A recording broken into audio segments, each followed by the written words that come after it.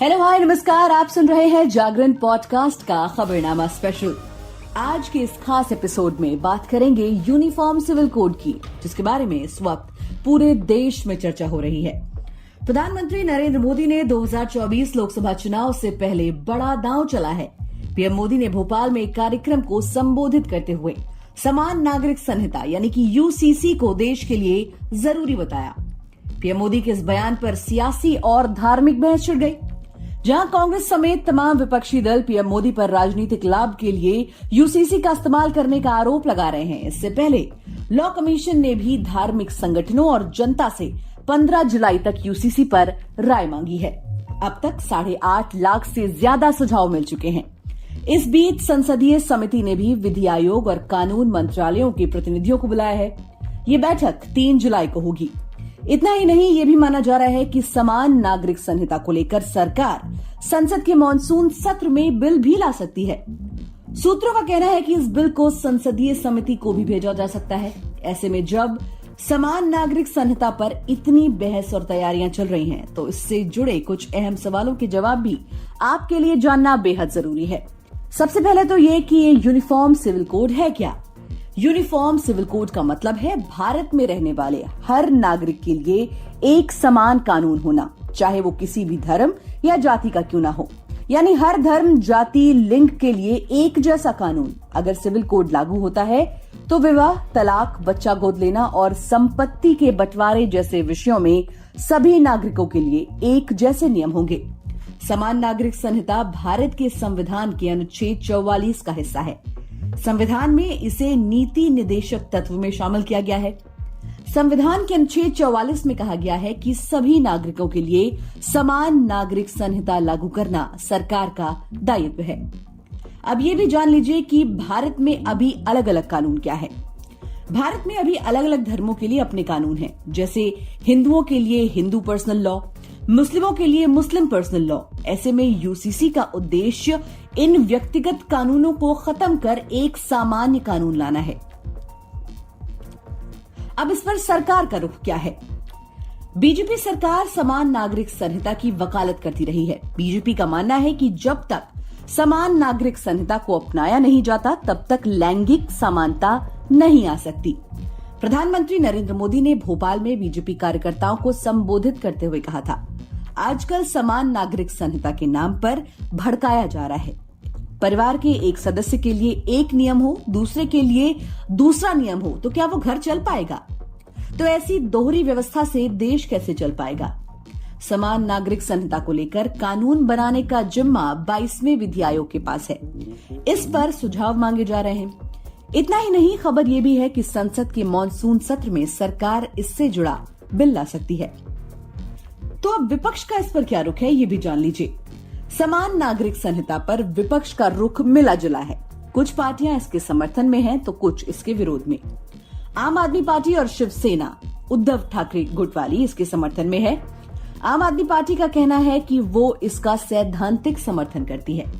वहीं उद्धव ठाकरे ने कहा था कि वो इसका समर्थन करते हैं, लेकिन जो लोग इसे ला रहे हैं उन्हें ये नहीं सोचना कि इससे सिर्फ मुसलमानों को परेशानी होगी, बल्कि इससे हिंदुओं को भी दिक्कत होगी। शरद पवार की पार्टी एनसीबी ना तो विरोध में है, ना ही समर्थन में है। शरद पवार का कहना है कि कुछ मामलों पर सरकार की ओर से स्पष्टता मिलने के बाद पार्टी कुछ फैसला लेगी, जबकि Congress, TMC, JDU, RJD, AIMIM, Indian Union Muslim League, Sapa, DMK इसके विरोध में है। कांग्रेस नेता राहुल गांधी कह चुके हैं कि असली मुद्दों से ध्यान भटकाने के लिए यूसीसी पर बहस छेड़ी जा रही है। कभी एनडीए में बीजेपी की सहयोगी रही शिरोमणि अकाली दल ने भी यूसीसी का विरोध किया है। उन्होंने कहा है कि इसका अल्पसंख्यक और आदिवासी समुदायों पर प्रतिकूल प्रभाव पड़ेगा। अब ये जानना भी बेहद जरूरी है कि इसके विरोध का कारण क्या है। कांग्रेस महासचिव केसी वेणुगोपाल का कहना है कि पीएम मोदी को पहले देश में गरीबी, महंगाई, बेरोजगारी और मणिपुर हिंसा के बारे में जवाब देना चाहिए। समान नागरिक संहिता पर उनका बयान इन मुद्दों से ध्यान भटकाने की कोशिश है। वहीं छत्तीसगढ़ के सीएम भूपेश बघेल ने कहा था कि बीजेपी हमेशा हिंदू मुसलमान दृष्टिकोण से क्यों सोचती है। छत्तीसगढ़ में आदिवासी हैं, उनकी रूढ़ियों और उनके नियमों का क्या होगा? अगर समान नागरिक संहिता लागू हो गई है तो उनकी परंपरा का क्या होगा? वहीं आरजेडी नेता मनोज झा कहते हैं कि यूनिफॉर्म सिविल कोड सिर्फ हिंदू मुसलमान का मसला नहीं है, बल्कि हिंदुओं के बीच में भी विविधता और बहुलता का मसला है। All India Muslim personal law board भी समान नागरिक संहिता के विरोध में है। बोर्ड के सदस्य खालिद रशीदी फिरंगी महली का कहना है कि यूनिफॉर्म सिविल कोड आने से सिर्फ मुसलमानों को ही नहीं बल्कि अन्य धर्म के लोगों को भी नुकसान है। 30 से ज्यादा आदिवासी संगठन भी इसका विरोध कर रहे हैं। आदिवासी संगठनों का मानना है कि यूसीसी के आने से उनकी परंपराएं और प्रथाएं और कानून खत्म हो जाएंगे।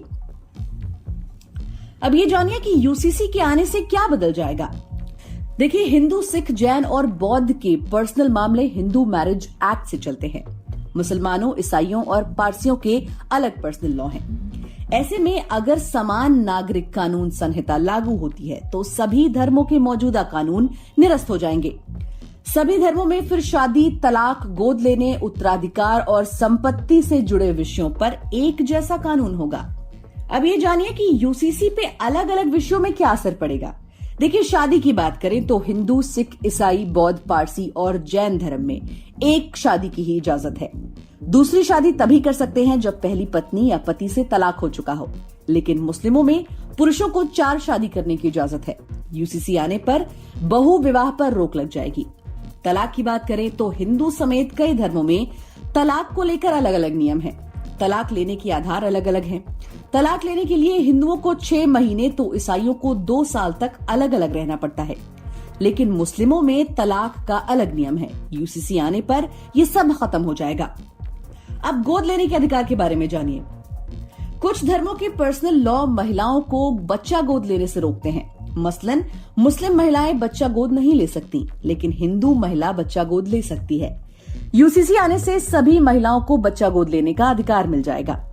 अब संपत्ति के अधिकार की बात करें तो हिंदू लड़कियों को तो अपने माता पिता की संपत्ति में बराबर का हक है, लेकिन पारसी लड़कियां अगर दूसरे धर्म के पुरुष से शादी करती हैं तो उसे संपत्ति से बेदखल कर दिया जाता है। यूसीसी आने से सभी धर्मों में उत्तराधिकार और संपत्ति के बंटवारे से जुड़ा एक ही कानून होगा। तो क्या संविधान में इसकी इजाजत है? जी हाँ, समान नागरिक संहिता भारत के संविधान के अनुच्छेद 44 का हिस्सा है। संविधान में इसे नीति निर्देशक तत्व में शामिल किया गया है। संविधान के अनुच्छेद 44 में कहा गया है कि सभी नागरिकों के लिए समान नागरिक संहिता लागू करना सरकार का दायित्व है। अनुच्छेद 44 उत्तराधिकार, संपत्ति अधिकार, शादी, तलाक और बच्चे की कस्टडी के बारे में समान कानून की अवधारणा पर आधारित है। तो फिर इसमें दिक्कत क्या है? देखिए, आजादी के 75 साल में एक समान नागरिक संहिता और पर्सनल लॉ में सुधारों की मांग होती रही है, लेकिन धार्मिक संगठनों और राजनीतिक नेतृत्व में एक राय नहीं बन पाने के कारण ऐसा अभी तक नहीं हो सका है। यहाँ तक कि अभी भी सुप्रीम कोर्ट में कई याचिकाएं दायर हैं। अगस्त 2018 में 21वें विधि आयोग में अपने कंसल्टेशन पेपर में लिखा था, इस बात को ध्यान में रखना होगा कि इससे हमारी विविधता के साथ कोई समझौता ना हो और कहीं ये हमारे देश की क्षेत्रीय अखंडता के लिए खतरे का कारण न बन जाए। समान नागरिक संहिता का प्रभावी अर्थ शादी, तलाक, गोद लेने, उत्तराधिकार और संपत्ति का अधिकार से जुड़े कानूनों को सुव्यवस्थित करना होगा। 21वें विधि आयोग ने कहा था कि इसके लिए देश भर में संस्कृति और धर्म के अलग अलग पहलुओं पर गौर करने की जरूरत होगी। समान नागरिक संहिता का विरोध करने वाले कहते हैं कि इससे सभी धर्मों पर हिंदू कानूनों को लागू कर दिया जाएगा। विरोध करने वाले ये भी कहते हैं कि इससे अनुच्छेद 25 के चलते मिले अधिकारों का उल्लंघन होगा। अनुच्छेद 25 धार्मिक स्वतंत्रता का अधिकार देता है। समान नागरिक संहिता का सबसे ज्यादा विरोध मुस्लिम पर्सनल लॉ बोर्ड करता है। उसका कहना है कि इससे समानता नहीं आएगी, बल्कि इसे सब पर थोप दिया जाएगा। तो चलिए अब ये भी जान लीजिए कि अगर यूसीसी लागू होता है तो किस धर्म पर इसका क्या प्रभाव पड़ेगा।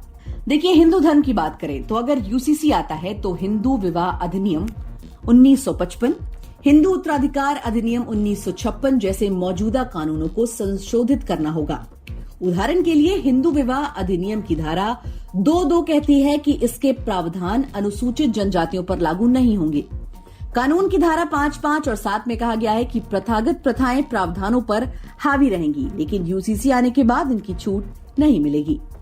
मुस्लिम धर्म की बात करें तो मुस्लिम पर्सनल शरीयत एप्लीकेशन एक्ट 1937 में कहा गया है कि शरीयत या इस्लामी कानून के तहत शादी, तलाक और भरण पोषण लागू होगा।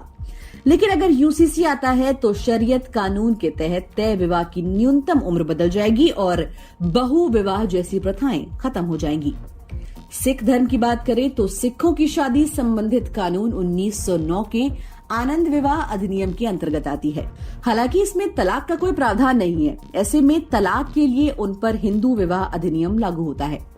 लेकिन अगर यूसीसी आता है तो एक सामान्य कानून सभी समुदायों पर लागू होने की संभावना है। ऐसे में आनंद विवाह अधिनियम भी खत्म हो सकता है। अब पारसी विवाह के बारे में भी जान लीजिए।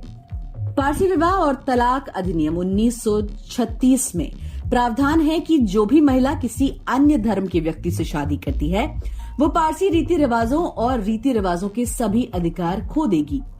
लेकिन यूसीसी आने पर यह प्रावधान समाप्त हो जाएगा।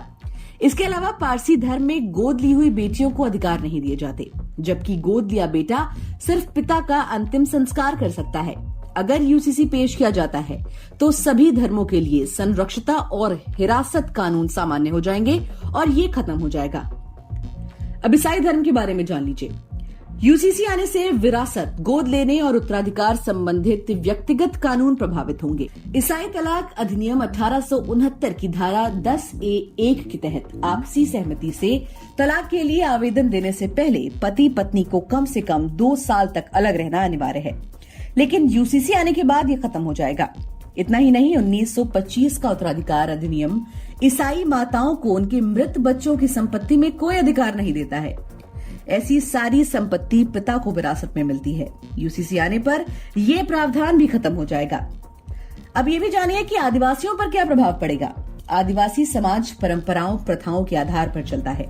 ऐसे में यूसीसी आने से उनके सभी प्रथागत कानून खत्म हो जाएंगे।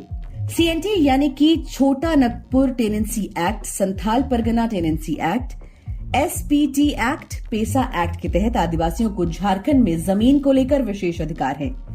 यूसीसी के लागू होने से ये अधिकार खत्म हो जाएंगे। यूसीसी लागू होने पर पूरे देश में विवाह, तलाक, विभाजन, गोद लेने, विरासत और उत्तराधिकार एक समान हो जाएगा। ऐसे में महिलाओं को संपत्ति का समान अधिकार मिल जाएगा। ऐसे में अगर कोई गैर आदिवासी एक आदिवासी महिला से शादी करता है तो उसकी अगली पीढ़ी की महिला को जमीन का अधिकार मिलेगा। इसको लेकर लगभग कई सारी पार्टियां विरोध कर रही हैं। तो क्या उसके बाद ये कानून लागू नहीं हो पाएगा? देखिए, समान नागरिक संहिता को लागू करना बहुत टेढ़ी खीर है। वो सिर्फ इसलिए नहीं क्योंकि सभी धर्मों के अपने अलग अलग कानून हैं, बल्कि इसलिए भी क्योंकि हर धर्म के जगह के हिसाब से भी अलग अलग कानून हैं। जानकार मानते हैं कि सरकार के लिए समान नागरिक संहिता को लागू करना चुनौतीपूर्ण काम है। मिसाल के लिए दक्षिण भारत में सगा मामा अपनी सगी भांजी से शादी कर सकता है, लेकिन उत्तर भारत में ऐसा नहीं हो सकता। ऐसे में सदियों से चली आ रही इन प्रथाओं पर रोक लगाना चुनौतीपूर्ण होगा। तो फिर इसका समाधान क्या है?